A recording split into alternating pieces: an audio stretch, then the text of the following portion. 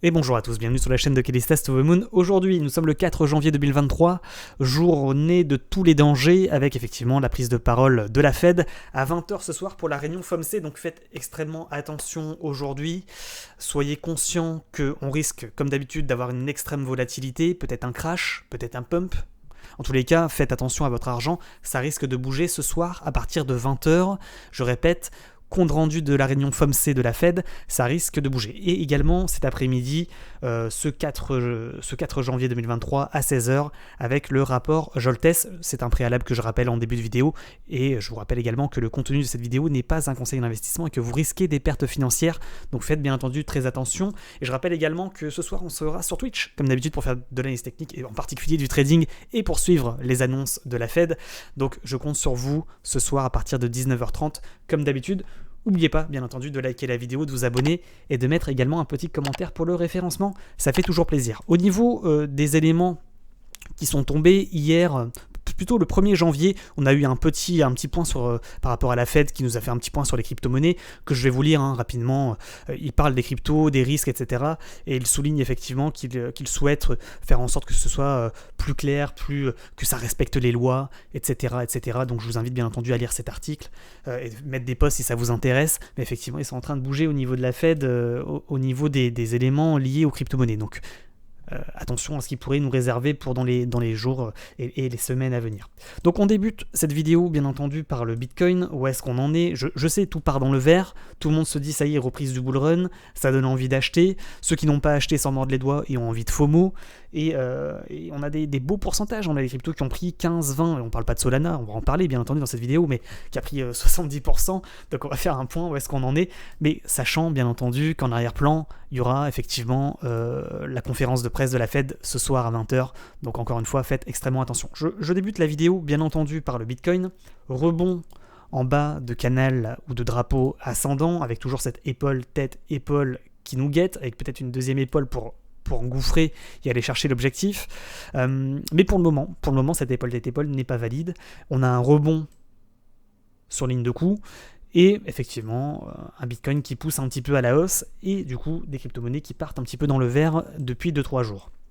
Donc bien entendu, bien joué à tous ceux qui ont rechargé il y a 3-4 jours quand on en a parlé, parce qu'effectivement on était sur le niveau de rebond, donc bravo à tous. Néanmoins, ne crions pas victoire trop vite, on risque de se prendre un coup de karma avec effectivement la conférence de presse de la Fed. Donc effectivement, cassure de résistance descendante, pump, rebond, prise d'élan, prise de liquidité, pour finalement casser la résistance et pump.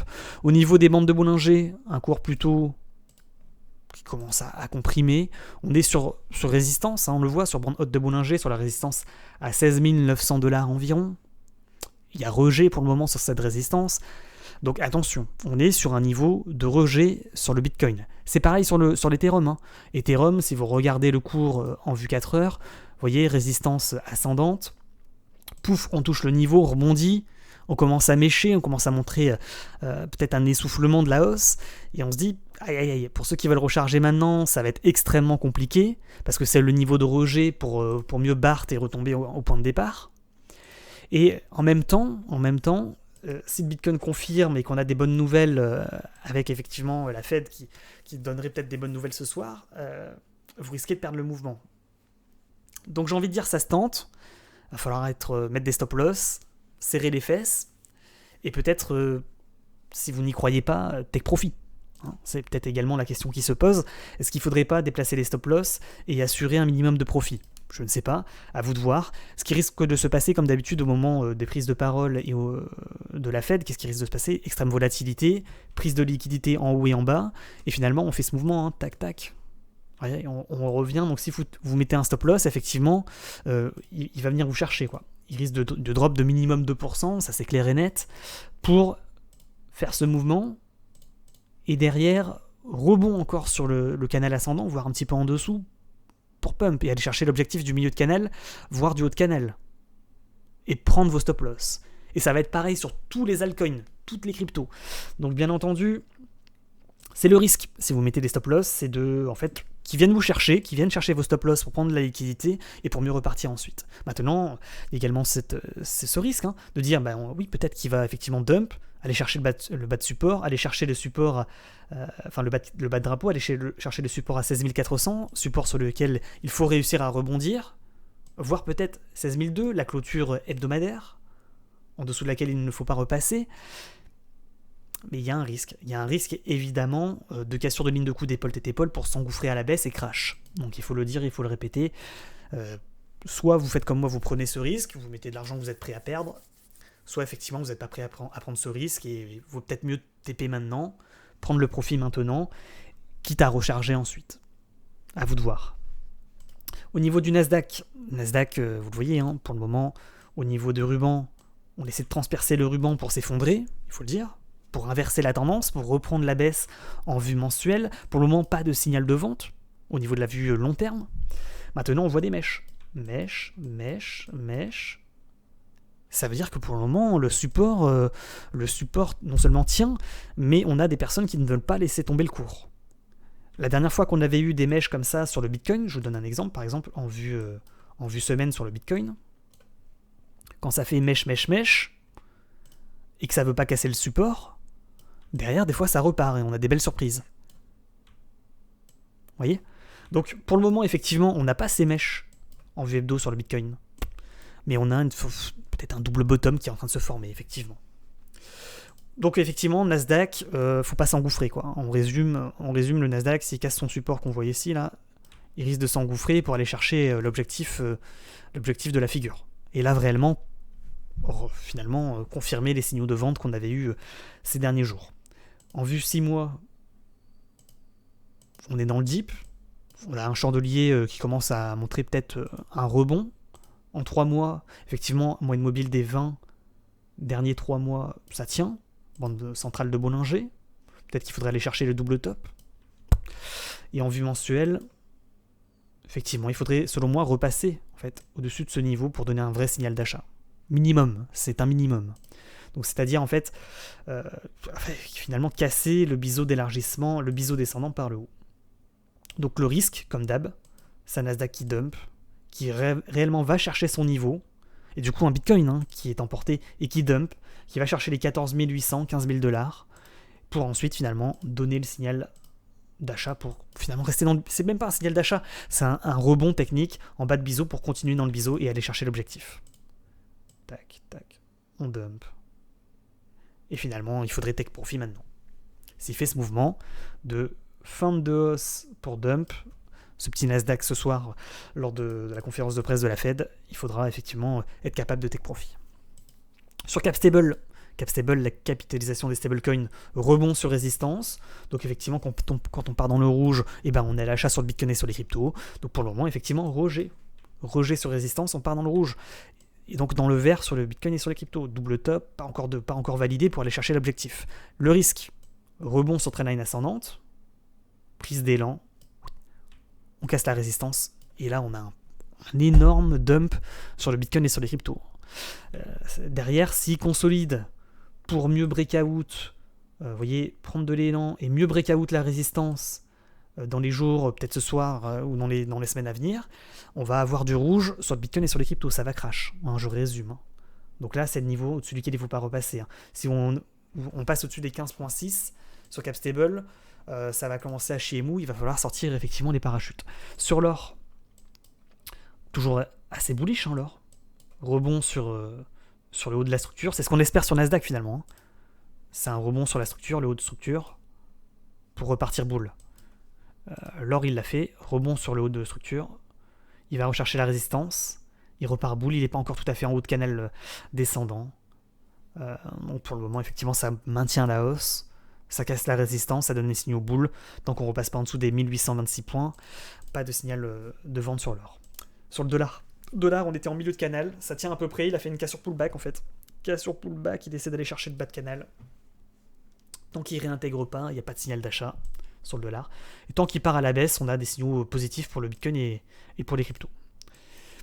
Donc en fait, conclusion, si le dollar il casse le niveau des 103 points, ça sera boule pour le Bitcoin et pour les cryptos en théorie. Au niveau des cold wallets des baleines, vous savez qu'on fait un point régulier sur leur mouvement de fond et sur effectivement, surtout en particulier des bitcoins, qu'est-ce qui se passe? On avait fait un point sur Twitter. Où est-ce qu'on en était? Vous voyez, on était arrivé à 502 000 sur Binance, par exemple, 502 000 bitcoins.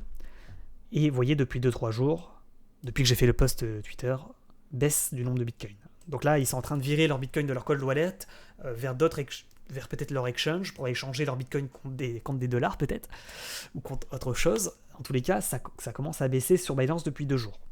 Au niveau de Bitfinex, légère augmentation aujourd'hui. Donc vous voyez, on était sur Bitfinex, on était à 197. Donc eux, ils augmentent. Plus 2000 bitcoins environ. Sur Bybit, on était à 22 000. Petite baisse aujourd'hui d'environ 1300 bitcoins. Sur OKEx, on était à 97 600. Ça se maintient. Légère augmentation. Sur Huobi, on était à 23 300. Ça bouge pas. Sur KuCoin, on était à 15 632. Ça bouge pas. D'accord? Donc, grosso modo, Huobi, KuCoin, ça bouge pas. Huobi, KuCoin, OKEx, ça ne bouge pas. Sur Bybit, légère diminution sur Bybit. Là, il y a sûrement une petite erreur. Sur Binance, légère également diminution. Et sur Bitfinex, légère augmentation depuis 3 jours. Donc c'est mitigé, on n'arrive pas à réellement détecter de tendance sur les exchanges centralisés au niveau du nombre de bitcoins. En tous les cas, il n'y a pas de grosses ventes ou de gros achats. Je trouve que ça se maintient plutôt bien pour le moment. J'ai envie de dire que c'est leur réserve. Ils n'ont pas l'intention pour le moment de vendre leur bitcoin, à mon avis.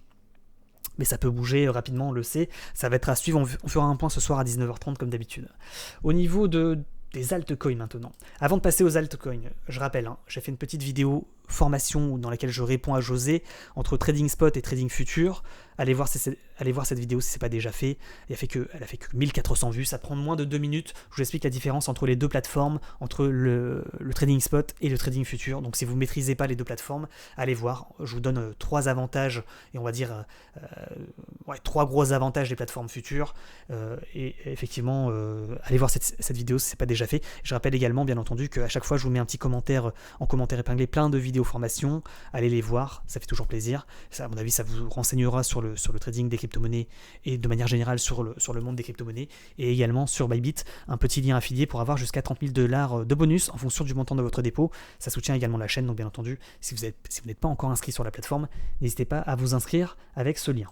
Au niveau d'Ethereum, donc on passe aux altcoins. Effectivement, Ethereum, entre le moment où on a parlé effectivement d'un achat, d'une recharge, il a pris 6%, il est maintenant sur résistance. Il attend effectivement le feu vert du Bitcoin et la cassure du niveau de résistance à 1278 $ pour confirmer. Finalement, une cassure de résistance, c'est toujours bien. Cassure breakout de résistance, derrière c'est signal d'achat, c'est boule. Et après tout le monde se dit zut, la fusée, je suis pas rentré dedans, j'aurais dû acheter, et demain je vais avoir plein de personnes qui vont venir me voir, me dire Kali, est-ce qu'on peut encore rentrer sur Ethereum ou est-ce que c'est trop tard, on est à 1300 $, qu'est-ce qui se passe, il a déjà pris 10%. Ouais, fallait recharger il y a 3 jours quand on en a parlé. Donc maintenant on est sur résistance, et le risque c'est quoi? C'est que, comme sur Bitcoin, qu'on se fasse rejeter, qu'on aille rechercher le bas de la structure, et qu'on retombe à 1210 points. 1210 $, pardon. Ça serait un rejet normal dans une hausse saine. Par contre, en dessous de ce niveau, 1186 $, sortez les parachutes. Voilà, en dessous, ça craint. Parce qu'on casse le support long terme, et là, ça commence à être réellement craignos. 1190 $ environ sur Ethereum. D'accord? Donc pour le moment, j'ai envie de dire, si vous êtes dedans, soit vous croyez dans la tech et vous laissez courir, soit effectivement, il y a peut-être prise de take profit en partie sur le niveau de résistance. Pourquoi pas? BNB, il a finalement breakout. Donc bien joué à ceux qui ont pris du BNB. On en a parlé. Tendance extrêmement latérale. Tentative de cassure de haut de range. Contraction du cours. Il a pris 5% en une journée. Donc bien joué à ceux qui ont pris du BNB. Vous êtes potentiellement dans une fusée. XRP, on avait parlé effectivement d'un achat d'un Maeve Deep, d'une réintégration dans la structure, peut-être d'une cassure de trendline. Il est tout pile sur le niveau de résistance, tout pile sur le niveau de rejet et tout pile sur le niveau de breakout. Donc là, il va falloir porter... il va falloir avoir les nerfs solides si vous voulez tenter le coup sur XRP, tenter le breakout. Pour le moment, il n'y a pas de breakout. Et il y a effectivement une hésitation. Qu'est-ce qu'on a? On a un petit rejet, mais en fait, on maintient sur le niveau et on attend le feu vert du Bitcoin comme sur Ethereum. Sur Dog, résistance, pour le moment, on n'arrive pas à casser effectivement les 0,74. Pas de réel cours extrêmement bullish. Trendline légèrement ascendante comme ça qu'on ne casse pas. Tant qu'on ne repasse pas sous la clôture à 0,07, pas de signal de vente sur Dog. À Dakar Dano, on avait parlé du... On avait dit que c'était pas terminé sur Dakar Dano, une belle structure, une belle tentative de réintégration, un beau double bottom, et là, on arrive sur ligne de coup, au niveau de résistance à 0,266. Voilà, tout simplement. Bien joué à ceux qui ont pris du Dakar Dano, ça a payé. Entre le moment où on en a parlé et maintenant, il a pris à peu près 8%, donc bien joué. Maintenant, on est sur le niveau de résistance. Matic, beau rebond en bas de range. Pour le moment, ça maintient. Un beau petit rebond technique, tout simplement. Dot, pareil. C'est comme sur Dakar Dano, avec ce double bottom. Un beau rebond sur support descendant. Maintenant, on va chercher le support suivant. Niveau à peu près de résistance, à peu près à 4,73. C'est le niveau de rejet, il faut en être conscient. Sur TRX, beau petit, voilà, c'est un peu chiant TRX parce que ça ressemble à un drapeau ascendant. Donc normalement, cassure du bas de drapeau, si on repasse sous les 0,536, ça va dump. Hein. Donc attention sur TRX quand même à ce risque. Sur SHIB, c'est comme le DOT, c'est comme le Dakar Dano. C'est un beau petit rebond sur trendline descendante. Une cassure de trendline également descendante ici, on en avait parlé. Et puis un rejet finalement pour le moment sur résistance à 835. Donc c'est le niveau de rejet et c'est pareil que les autres cryptos.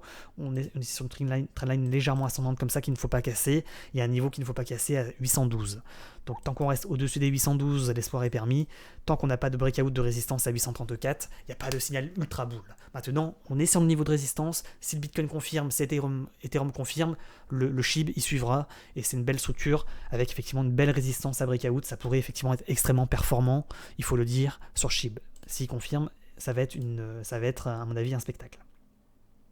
Pour le moment, rejet. LTC toujours dans son canal ascendant. C'est un peu emmerdant. Voilà, LTC...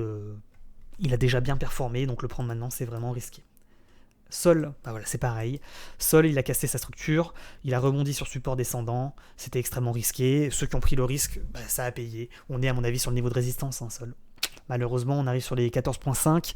Il a déjà pris entre le support et la résistance 50%. Voilà. Prenez vos responsabilités, prenez peut-être vos profits, peut-être même. À vous de voir. Moi, j'aurais du Sol, j'aurais revendu. Voilà. J'aurais pas, après 50%, je me serais cassé, tant pis, quitte à racheter derrière sur une correction. Voilà. Maintenant, si vous voulez tenter le coup, bah, à vous de voir. Avax, cassure de résistance descendante. On est sur le haut de la structure, vous voyez, en biseau descendant.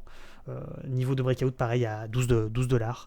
Donc c'est comme sur Shiba Inu, il est sur son niveau de résistance. Si vous voulez tenter, allez-y, mais soyez conscient que là, c'est le niveau de take profit. Sur ton community, on avait parlé d'une sorte de triangle de compression extrêmement explosif. Pour le moment, il a failli breakout, il s'est fait rejeter en haute structure. Ça peut être incroyable le ton. Maintenant, attention, c'est comme SHIB. En gros, hein, c'est un truc, ils peuvent faire ce mouvement en 30 secondes, en une journée, et perdre 8%. Donc soyez conscient que ce genre de structure en triangle, c'est du 50-50. Soit il casse par le bas et ça dump, ça perd 6%, soit il breakout par le haut et vous avez une belle surprise et vous prenez 20% minimum. Ok. Link. Rebond sur bas de range, c'est un peu comme sur Matic. Pour le moment, ça tient, ça réintègre. C'est intéressant. Bien joué à ceux qui ont pris du Link. Moi, j'avais pris un peu de Link sur le support, donc c'est plutôt intéressant. XMR, rebond sur canal, bas de canal ascendant, pardon. Donc pour le moment, il tient la route. Hein. Il tient la route. Niveau de rejet sur XMR, niveau de résistance, un peu compliqué à trouver, soit en vue, peut-être ici, hein, la vue mensuelle, vue journée. Ouais, ça m'étonnerait pas que ce soit sur les dernières mèches ici. À 154 environ. Donc attention, pareil, hein, c'est un peu comme sur Tron, canal ascendant, à un moment donné, on finit par casser le canal par le bas, on s'effondre. Hein. Attention, Putain, ça risque de faire mal. Hein. Si la Fed nous met une douille, vous retiendrez ce visage, à mon avis. Hein. Vous allez vous en souvenir. Quoi. Ça risque de dump, faut être conscient, par exemple, sur XMR de 20%. Uni, beau petit rebond sur bas de range. Atom, pareil, il est sur résistance. Atom, on vient me voir sur Twitch, on me dit qu'est-ce que t'en penses, Atom? On est sur résistance, c'est comme Solana, c'est comme Avax, on est sur les niveaux de résistance, c'est comme sur Ethereum, on est sur le niveau de résistance. 10.5. S'il confirme, effectivement, il casse la ligne de coup d'un double top, avec une sorte d'épaule de tasse avec anse ou de rounding bottom, avec une épaule tête-épaule, peut-être qu'il pourrait se former inversé. Mais attention, c'est risqué, quoi. C'est des cours qui ont pris énormément. C'est des structures où on casse des canaux par le haut. En fait, on fait un double top, on réintègre la structure et derrière, on s'effondre. Hein, et on revient chercher le support après sur Atom. Donc là, c'est la Porsche ou la rue. Sur Atom, soyez conscients qu'il risque de faire le mouvement inverse. ETC, pareil. Belle compression de cours, c'est comme Bitcoin Cash.